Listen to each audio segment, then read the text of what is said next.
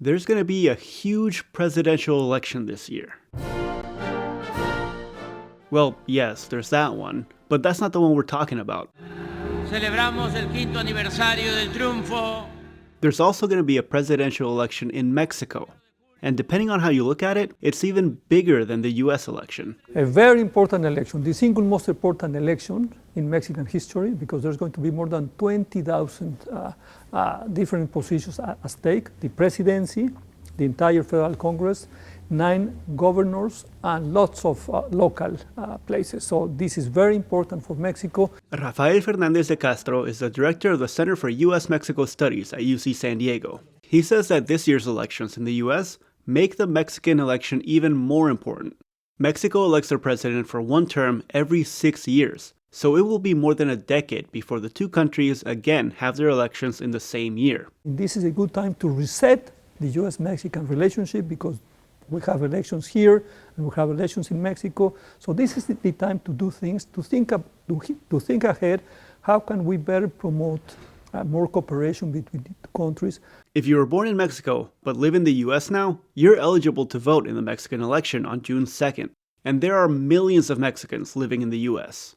12 million people, just to make an invitation, 12 million people can decide basically any election.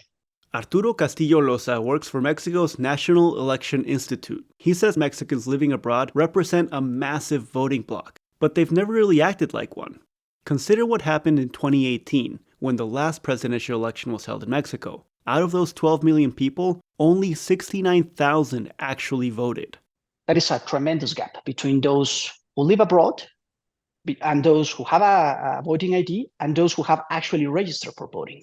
The National Election Institute is trying to change that. They're engaged in a huge outreach effort that involves Mexican consulates throughout the country, including San Diego. During the last 2 months, we visited Dallas, San Diego, Los Angeles, Santa Ana, Chicago, New York.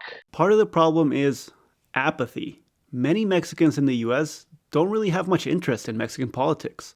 They aren't sure why their vote even matters south of the border. But it does.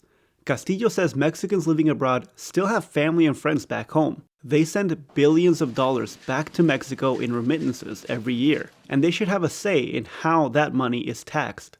His pitch is simple. So if you like what is happening in Mexico right now, vote so this will continue. If you don't like it, vote so it will change. So how do you cast a vote?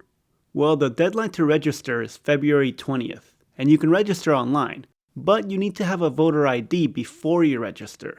So if you don't have it, go as soon as you can to the nearest consulate or nearest embassy and request your voting ID. You need 3 things to get the voter ID: proof of nationality, like a Mexican birth certificate, a valid ID, like a driver's license, and proof of residence, like a phone or water bill. And it takes a couple of weeks to actually get the voter ID. Mexicans living in the US will be able to vote online with their computers or phones, in person at one of 23 Mexican consulates, or even by mail on or before June 2nd.